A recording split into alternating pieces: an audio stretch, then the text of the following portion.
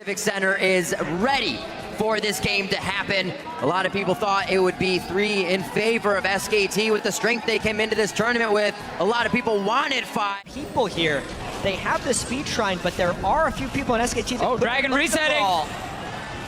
Stopped at 1600. Smite is not up for Bengies. He comes in here. This might be the fight focus for SKT. He flashes over the wall. Deft is level 3. Flashes for the vision as well. First blood for Deft on his Corki. Barn hit Up the lane, and he just used flash. This should be a kill for SK Telecom. Yeah, Koro's not going to be able to do too much about this one. Level 4 and a level 3 just feeding off the tree, and that's going to be level 5 for Bang here as he gets a nice lane. You cannot make that play. Divide, that's definitely the disengage. Baker can get a kill this early. That's going to be great. The true Mirage from Bang is spot on, and Clear Love may be number 2. Eagle Eye Bang heads in for a double kill, maybe even a triple. One over the. I want to try and push the tower instead and just put as much damage on it as possible. Chip it away slowly, make it easy for the AD to come in later. Whoa, Deft realizes the mana pool of Bang.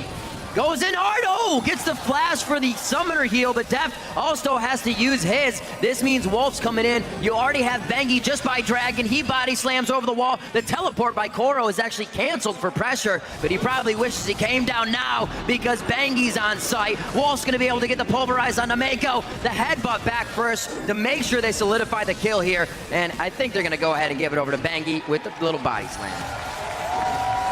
They have turned it on in game 4 when it matters. Baker has not been doing too much other than holding down mid and making sure Pawn isn't getting too much of anywhere, which I get. 300 gold on Bang, so he's still powering up. Look at Marin sweeps Koro right. Nice, there's the true shot barrage. Pawn shifting sands to the outside to make sure he is safe. Deft way too far forward with the exhaust on him. Ignite still ticking. Deft goes down and the team has to retreat. Down, he has been ahead. Not really used to this situation within the series. Clear Love trying to add as much pressure as he can. Here comes Koro's teleport. He's going to finalize that one. The smite still going to Bengi, and it looks like EDG may get a bit of the cavalry here. Koro is trying to tank everything. He goes down to Bang, now 4-0-2. SKT very low, and this is going to be the Pawn cleanup. Shifts over the wall. No, that's Deft that goes over the wall. He's got the scrying orb, but again, a little too far ahead. Is it enough to pull the team back, though?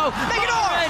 Throws everybody into the wall. SKT try to get back in the fight. He goes down. It all looked so good for a second, but it was just the flash.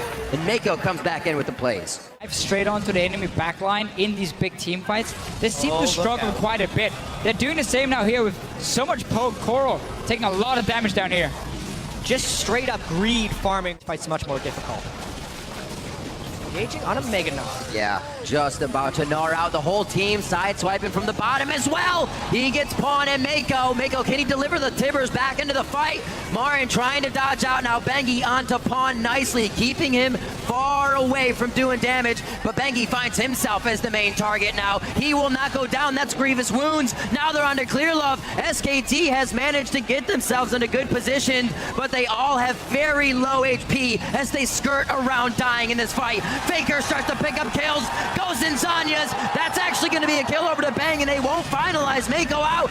Faker gets the force pulse double kill. Here comes Koro, though.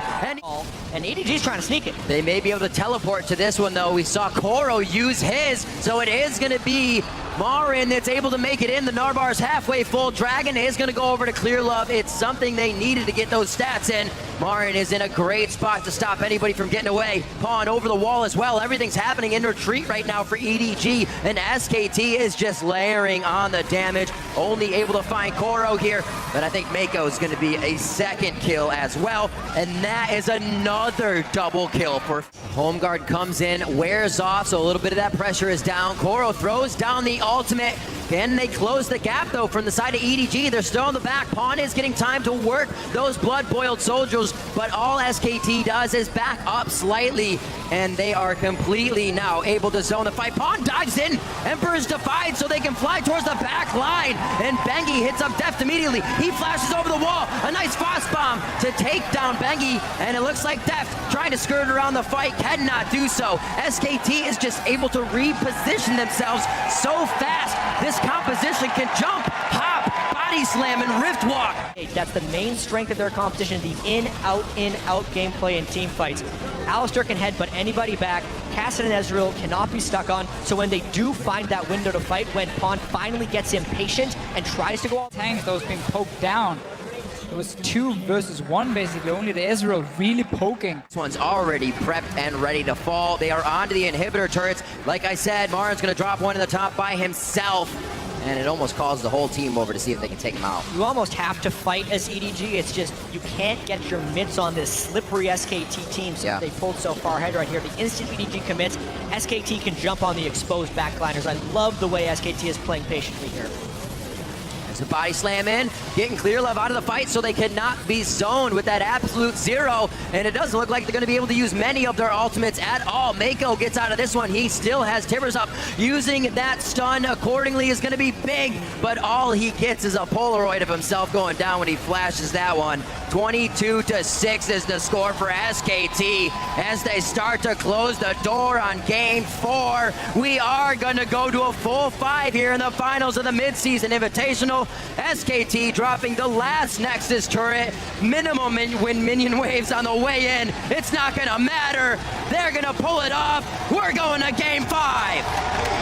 And that was such a weird early game for EDG.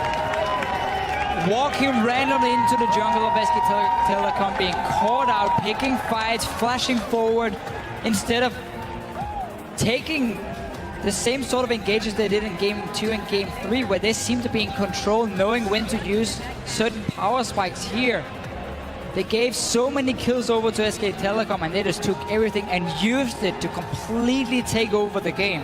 Yeah, they had many of the same picks from the previous matchup as well. But on SKT's side, they changed a lot, which I think changed the complexion of the moves that EDG was trying to